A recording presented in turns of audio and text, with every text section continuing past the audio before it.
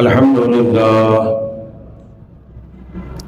الحمد لله وكفى وسلام على عباده الذين اصطفى أما بعد فأعوذ بالله من الشيطان الرجيم بسم الله الرحمن الرحيم لقد سمع الله قول الذين قالوا إن الله فقير ونحن أغنياء سنكتب ما قالوا وقتلهم الأنبياء بغير حق ونقول ذوقوا عذاب الحريق صدق الله مولانا العظيم مل کر پڑھیے صلی اللہ علیہ یا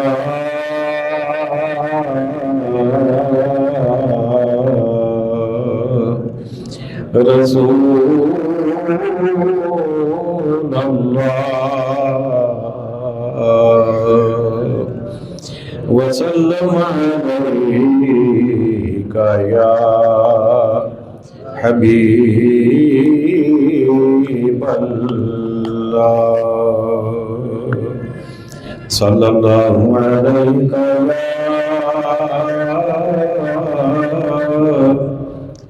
رسول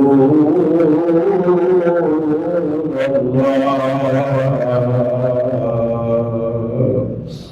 وسلم علیک یا حبیب اللہ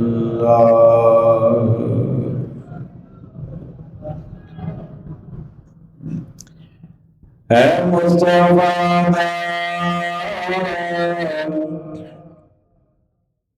چین تیرے قرار فاطمہ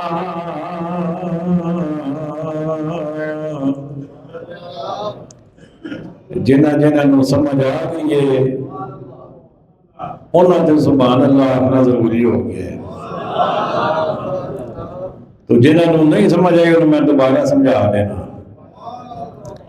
اے مصطفیٰ دا چین تیرے قرار فاطمہ اے مصطفیٰ دا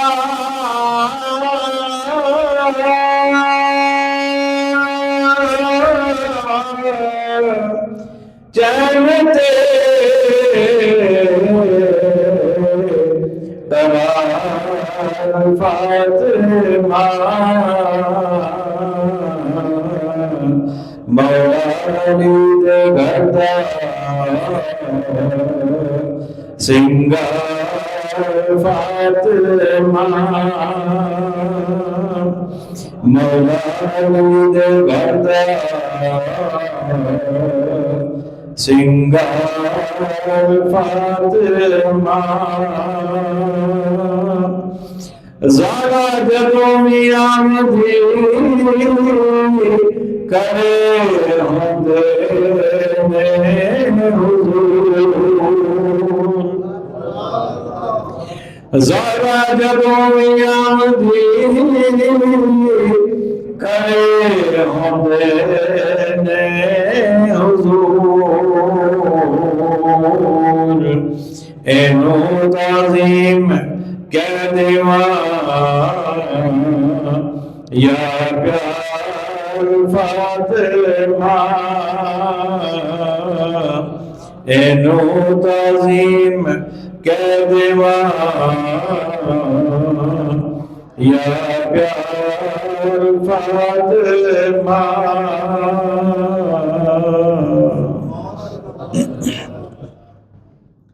واجب کے ساتھ عظیم سامعین محترم حاضرین مکرم عشاقان مصطفیٰ کریم علیہ السلام،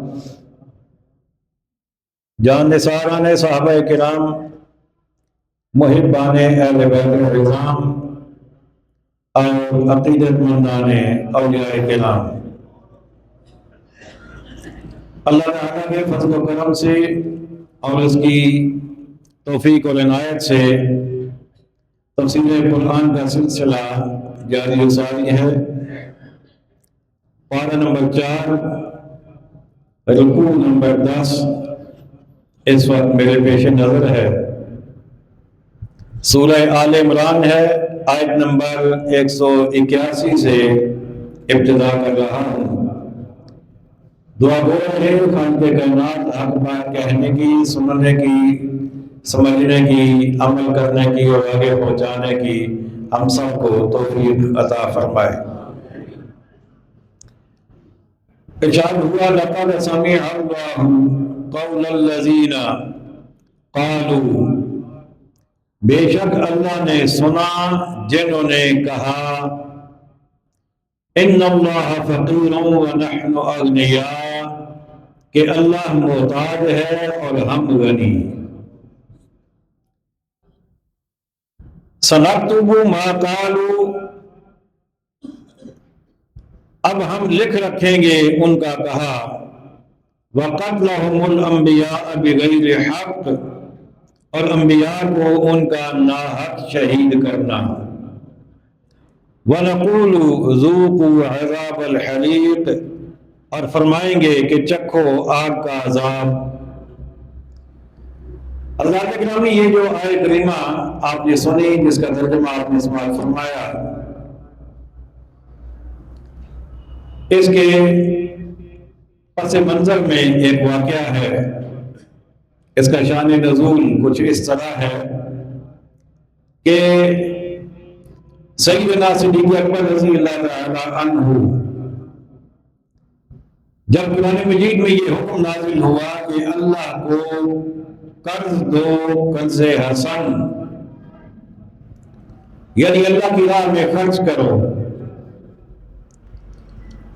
تو آپ یہ پیغام لے کر اپنے گھر سے نکل پڑے، اور جو بھی راستے میں ملتا اسے اسلام کی دعوت بھی دیتے اور یہ پیغام بھی دیتے کہ اللہ کی راہ میں خرچ کرو، اللہ کو قرض حسنہ دو۔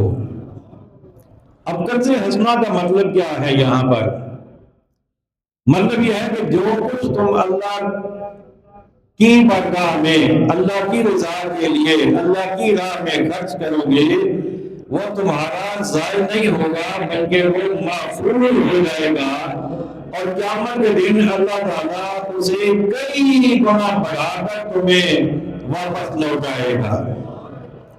اس کے بدلے میں اللہ تمہاری بخشش فرمائے گا، تمہارے گناہ معاف فرمائے گا۔ یہ مطلب تھا قرض حسنہ کا۔ تو آپ یہ پیغام لے کر یہودیوں کی ایک عبادتگاہ میں پہنچے، وہاں ان کا فخاص نامی ایک مذہبی رہنما موجود تھا۔ اسے آپ نے یہی پیغام دیا کہ ایمان قبول کرو اور اللہ کو قرض حسنہ دو۔ اب بات بڑی قابل غور توجہ سے سنیے گا۔ جب اس نے یہ سنا تو اس نے آگے سے مذاق کیا، تمسخر اڑایا۔ اس نے کہا کہ واہ صدیق، کیا بات ہے، تمہارا رب قرضہ مانگتا ہے ہم سے؟ اس کا مطلب یہ ہوا کہ اللہ فقیر ہے اور ہم غنی ہیں، اللہ محتاج ہے اور ہم غنی ہیں۔ تو سیدہ صدیق اکبر رضی اللہ تعالیٰ عنہ نے جب اس کی یہ برکلامی سنی تو آپ کو پھر برداشت کا یارہ نہ رہا، اور مصطفیٰ کے جانثار نے، مصطفیٰ کے مزاج شناس نے، مصطفیٰ کے اس پیارے نے ایک تھپڑ کس کے مارا اس کے منہ پہ۔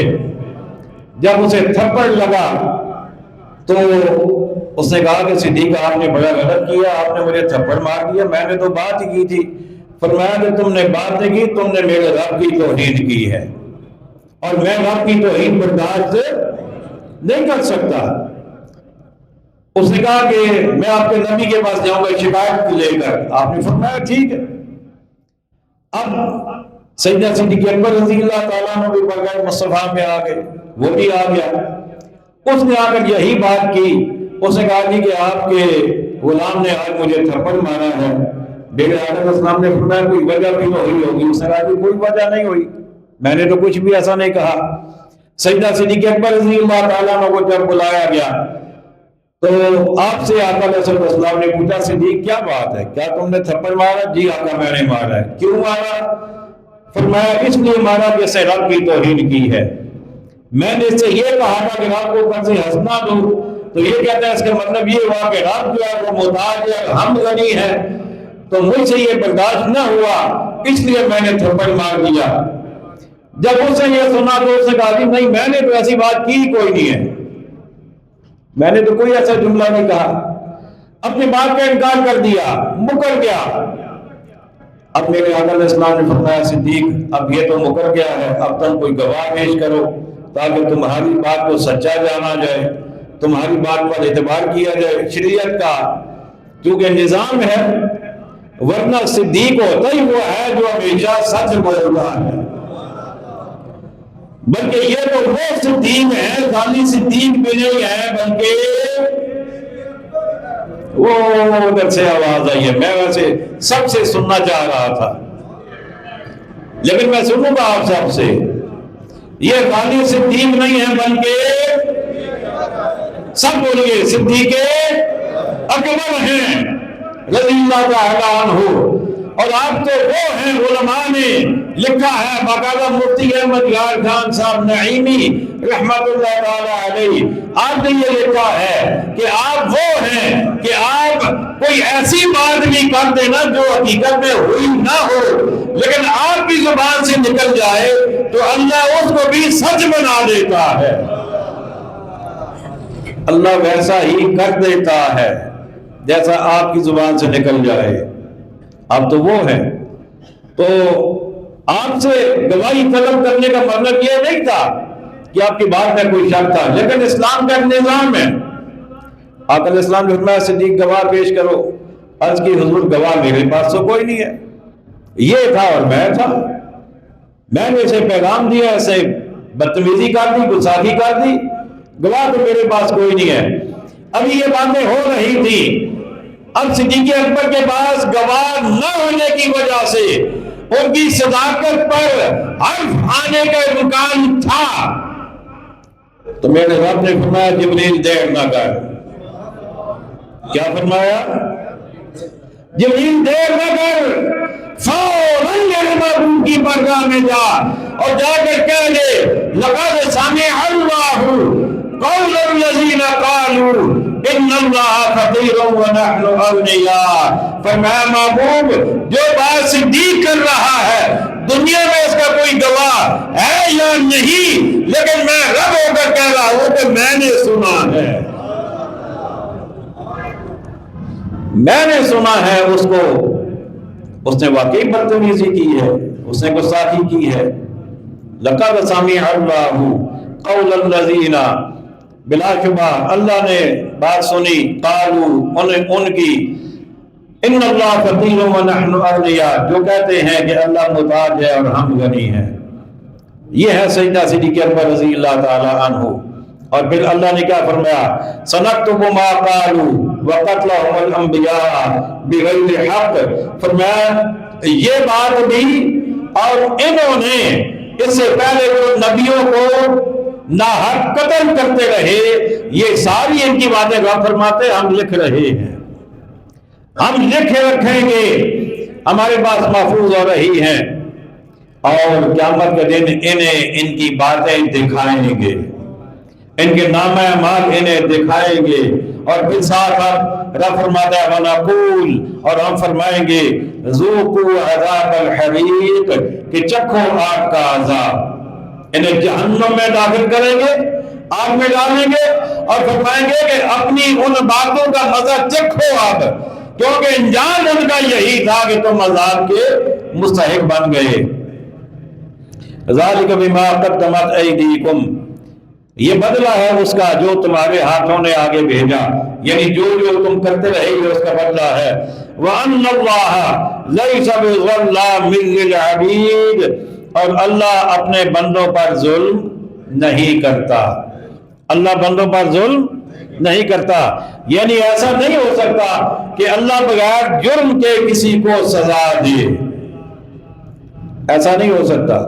اور جہاں پر مفتی صاحب نے لکھا ہے کہ کفار کے جو بچے ہیں، نابالغ بچے، چھوٹے بچے، کفار کے جو بچے فوت ہو جاتے ہیں، حالانکہ وہ کافر کے گھر میں پیدا ہوئے، کافر کے ہاتھوں کی پرورش ہوئی، لیکن کیونکہ بالغ ہونے سے پہلے وہ فوت ہو گئے اور انہوں نے بالغ ہونے کے بعد ان کا ساتھ نہیں دیا، لہذا انہیں قیامت کے دن جہنم میں نہیں ڈالا جائے گا، وہ جنت میں جائیں گے۔ اللہ اکبر۔ پھر کیا فرمایا؟ الذین قالوا ان اللہ عہد الینا الا نؤمن برسول حتی یأتینا بقربان تأکلہ النار۔ اللہ نے آگے یہودیوں کی ایک اور بات نقل فرمائی، ایک اور بات ہم تک پہنچائی، فرمایا کہ وہ جو کہتے ہیں اللہ نے ہم سے اقرار لیا ہے کہ ہم کسی رسول پر ایمان نہ لائیں جب تک ایسی قربانی کا حکم نہ لائے جسے آگ کھائے، یعنی اس میں یہ کہا جا رہا ہے کہ یہودیوں نے آقا علیہ الصلوۃ والسلام سے کہا تھا کہ ہم ویسے تو آپ کو مان لیتے، لیکن آپ کو نہ ماننے کی وجہ یہ ہے کہ اللہ نے ہم سے وعدہ لیا ہے کہ ہم کسی ایسے بندے کو نہ مانیں کہ جو ایسی قربانی کا حکم لے کے آئے جسے آپ کھا جائے۔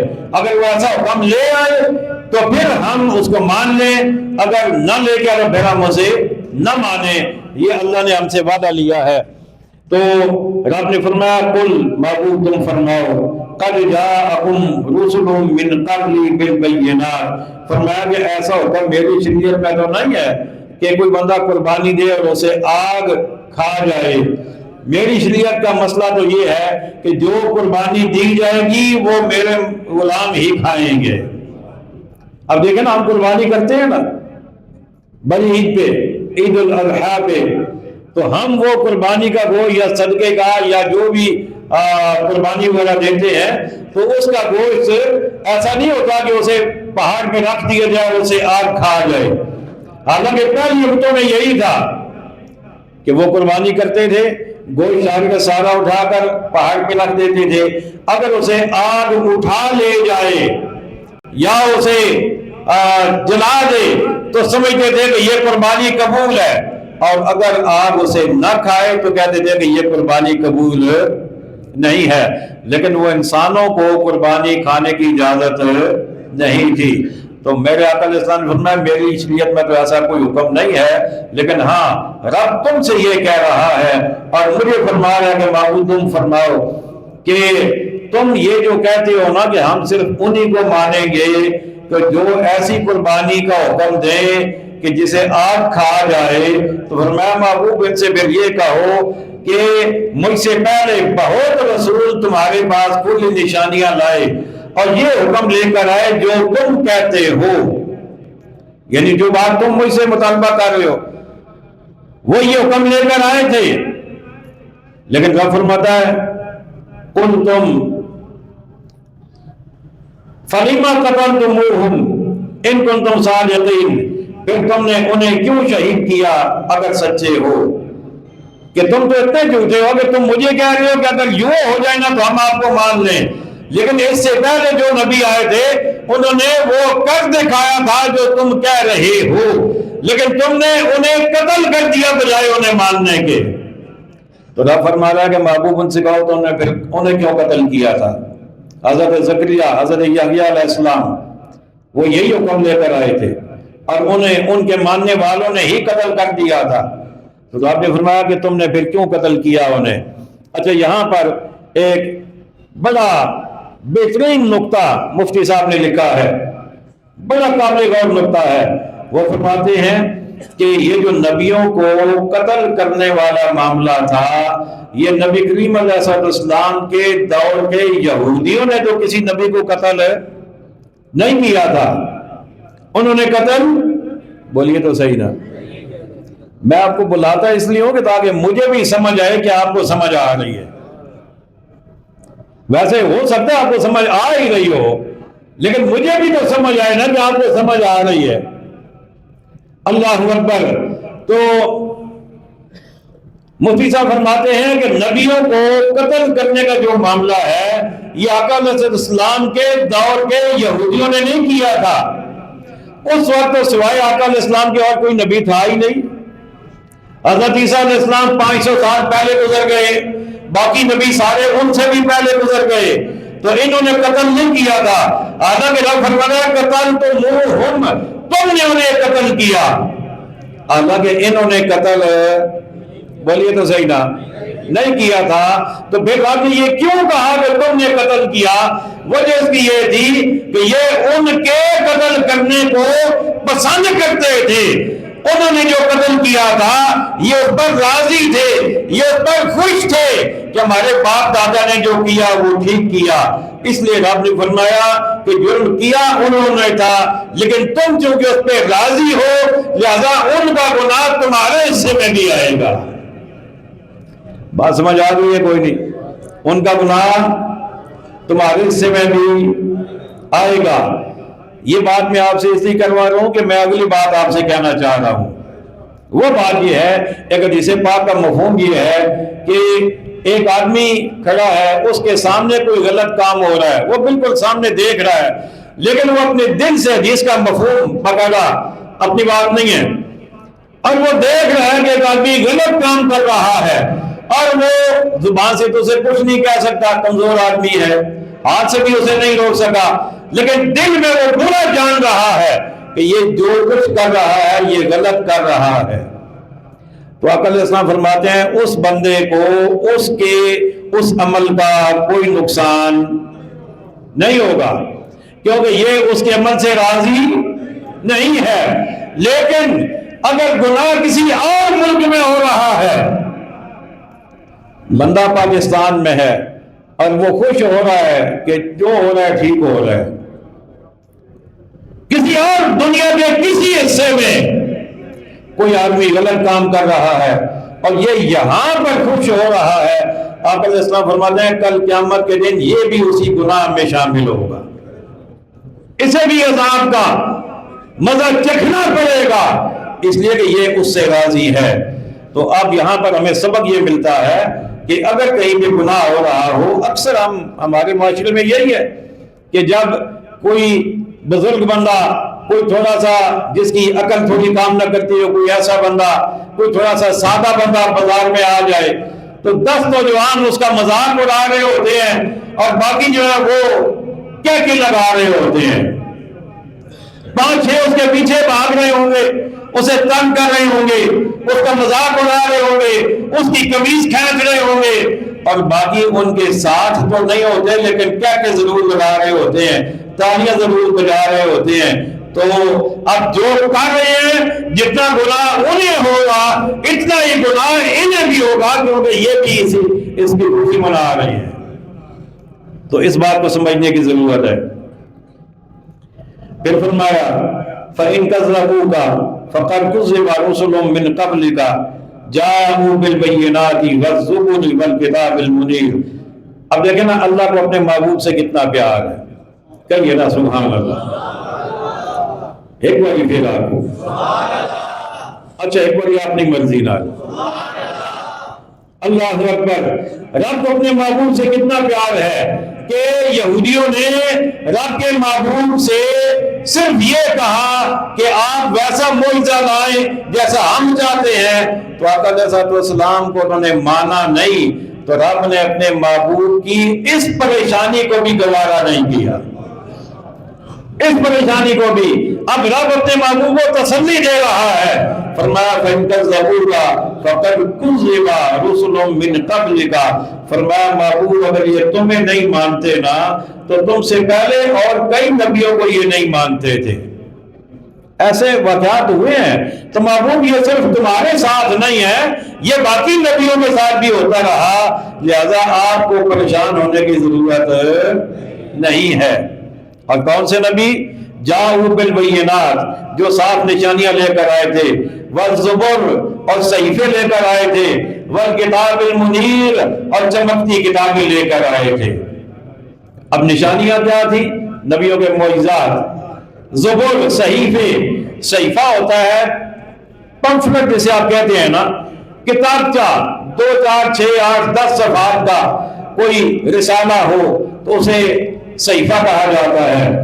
اللہ تعالیٰ نے 4 بڑی کتابیں نازل فرمائی اور 100 صحیفے نازل فرمائے. کتنے 100 صحیفے اللہ نے نازل فرمائے. تورات، زبور، انجیل، قرآن مجید، یہ بڑی کتابیں اور 100 صحیفے. ان میں سے 30 کسی نبی کو ملے، 40 کسی کو ملے، 5 کسی کو، 10 کسی کو، اس طرح مطلب مختلف احکامات پر مشتمل صحائف انہیں دیے گئے. والکتاب المنیر، اور تورات، الزبور اور انجیل وغیرہ بھی انہیں عطا کی گئی تھی. رب نے فرمایا محبوب اس کے باوجود انہوں نے نہ ان کتابوں کو مانا نہ ان نبیوں کو مانا. کل نفس ذائقۃ الموت، فرمایا کہ ہر جان کو موت چکھنی ہے، ہر جان نے موت کا ذائقہ چکھنا ہے. وَإِنَّمَا تُوَفَّوْنَ أُجُورَكُمْ يَوْمَ الْقِيَامَةِ، اور تمہارے بدلے تو قیامت ہی کو پورے ملیں گے. تمہارے بدلے تو قیامت ہی کو پورے ملیں گے. کیا مطلب یہ ہے کہ تم دنیا میں اگر کوئی نیکی کرتے ہو نا تو اس کا تھوڑا سا بدلہ تمہیں دنیا میں اللہ دیتا ہے، لیکن پورا بدلہ تمہیں قیامت کے دن اللہ عطا فرمائے گا. اور یہاں اگر کوئی بندہ گناہ کرتا ہے تو تھوڑا سا اسے سزا، تھوڑا سا اسے کوئی جھٹکا لگتا ہے، لیکن پوری سزا اسے قیامت کے دن ملے گی. فمن زحزح عن النار، جو آگ سے بچا کر جنت میں داخل کیا گیا، ادخل الجنہ، تو اسے جنت میں داخل. فمن زحزح عن النار وادخل الجنہ، جو آگ سے بچا کر جنت میں داخل کیا گیا، فقد فاز، وہ مراد کو پہنچا، وہ کامیاب ہو گیا. وما الحیات الدنیا الا متاع الغرور، اور دنیا کی زندگی تو یہی دھوکے کا مال ہے. حضرات گرامی اسی پہ اکتفا کرتے ہیں، لیکن ایک بات بالکل مختصر سی کروں گا. وہ بات یہ ہے کہ آپ کو رمضان المبارک کی مبارک بھی تو دینی ہے نا، سب کو مبارک ہو. سارے نے طرف جواب نہیں آیا آجے. اللہ اکبر. ماہ رمضان المبارک کا آج دوسرا روزہ ہے، رات تیسری ہوگی، اور 3 رمضان المبارک کو سیدہ، طیبہ، طاہرہ، راکعہ، ساجدہ، صادقہ، حافظہ، تالیہ، زاکیہ، راجیہ، مردیہ، بطول، حسنین کریمین کی والد محترمہ حضرت مولا علی شیر خدا رضی اللہ تعالیٰ عنہ کے گھر کی عزت، امام الانبیاء علیہ السلام کی صاحبزادی سیدہ فاطمہ الزہرا رضی اللہ تعالیٰ عنہا کا وصال باکمال ہوا. آپ کا وصال باکمال ہوا. بس مختصر سی بات کروں گا. حضرت عائشہ صدیقہ ام المومنین رضی اللہ تعالیٰ عنہا آپ فرماتی ہے کہ آقا علیہ السلام کی سازی ازواج مطہرات جمع تھی. آقا علیہ السلام کے ظاہری حیات طیبہ کے آخری ایام چل رہے تھے، تو آقا کریم علیہ السلام کے پاس ہم سب موجود تھی. اتنے میں سیدہ طیبہ حضرت فاطمہ الزہرا رضی اللہ تعالی عنہا اندر آئیں. اب حدیث کے الفاظ یہ ہیں فَأَجْلَسَهَا، آقا علیہ السلام نے آپ کو بٹھایا. اب بٹھانے کا مطلب کیا ہے؟ بٹھانے کا مطلب کہ آپ نے باقاعدہ استقبال کیا، ویلکم کہا، اور اپنی بیٹی کو اپنے پاس بلایا. جب بیٹھ گئی اب آقا علیہ السلام نے آپ کے ساتھ ایک سرگوشی فرمائی، آپ کے کان میں کچھ کہا تو آپ رونے لگ گئی، اشک بار ہو گئی. پھر میرے آقا علیہ السلام نے آپ کے کان میں کچھ کہا تو آپ مسکرانے لگ گئی. سیدہ عائشہ رضی اللہ تعالیٰ عنہ فرماتی ہیں کہ میں نے عرض کیا سیدہ فاطمہ رضی اللہ تعالیٰ عنہ سے، میں نے کہا بیٹی بتاؤ تو صحیح نا آقا علیہ السلام نے کیا کہا تھا آپ کو کہ پہلی بار آپ پریشان ہو گئی، پھر آپ خوش ہو گئی؟ تو آپ فرمانے لگے کہ امی جان میں یہ نہیں بتا سکتی، یہ راز ہے، ابھی نہیں بتا سکتی، جب وقت آیا تو پھر کبھی بتا دوں گی۔ آقا علیہ السلام کا وصال مبارک ہو گیا، اب دنیا سے تشریف لے گئے۔ اب اس کے بعد حضرت سیدہ فاطمہ رضی اللہ تعالیٰ عنہ اور حضرت عائشہ صدیقہ رضی اللہ تعالیٰ عنہ آپ کی ملاقات ہوئی۔ اب اماں جی نے، عائشہ صدیقہ رضی اللہ تعالیٰ عنہ نے پوچھا کہ بیٹی اب تو بتاؤ نا وہ کیا بات تھی؟ تو آپ نے فرمایا کہ ہاں اب میں ضرور بتاؤں گی، اب چھپانے کی کوئی وجہ نہیں ہے۔ پہلے آقا علیہ السلام نے میرے کان میں فرمایا تھا بیٹی ہر سال جبریل علیہ السلام میرے ساتھ قرآن مجید کا ایک دفعہ دور کرتے تھے، ہر رمضان میں ایک دفعہ میرے ساتھ دور کرتے تھے۔ اس بار آقا علیہ السلام فرماتے ہیں کہ جبریل نے 2 بار میرے ساتھ دور کیا ہے۔ تو اس سے مجھے اندازہ ہو گیا کہ اب میرا اس دنیا میں قیام تھوڑا رہ گیا ہے، اگلے سال سے پہلے میں اللہ کے ہاں چلا جاؤں گا۔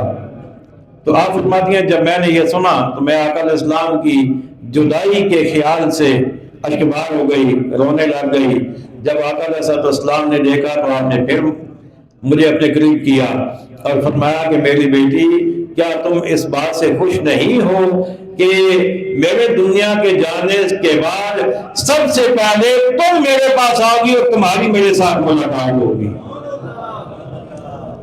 اور دوسری بات آقا علیہ السلام نے یہ فرمائی تھی کہ اے فاطمہ کیا تم اس بات پہ خوش نہیں ہو کہ تم جنت کی ساری عورتوں کی سردار ہو، ساری عورتوں کی سردار ہو؟ تو یہ سیدہ فاطمہ رضی اللہ تعالی عنہا بڑی عظمت اور شانوں کی مالک ہیں۔ آقا علیہ السلام نے یہاں تک فرما دیا فاطمہ تو برعۃ منی فمن اغضبها اغضبنی، فرمایا فاطمہ میرے جگر کا ٹکڑا ہے، جسے فاطمہ کو ناراض کیا اسے مجھے ناراض کر دیا۔ یعنی جس سے فاطمہ راضی نہیں ہوں گے اس سے رسول اللہ بھی راضی نہیں ہوں گے۔ اللہ کریم کی بارگاہ میں دعا ہے جو کچھ ہم نے بیان کیا، قرآن مجید کی تفسیر بیان کی، سیدہ کا ذکر کیا، جو کچھ بھی بیان ہوا مجھ سے پہلے حافظ صاحب نے بیان کیا، یہ سارے کا سارا، اور جتنی بار آپ نے سبحان اللہ کہا، جتنے آپ خوش ہوئے، جتنا اللہ نے ہمیں ثواب عطا فرمایا، ہم سارے کا سارا ہدیۃً تحفۃً سیدہ پاک کی بارگاہ میں پیش کرتے ہیں۔ اللہ کریم قیامت کے دن ہمیں ان کا قرب عطا فرما دے اور ہمیں ان کا حصہ بھی، ان کی رحمت اور برکتوں سے بھی حصہ عطا فرما دے۔ وما علینا الا البلاغ المبین۔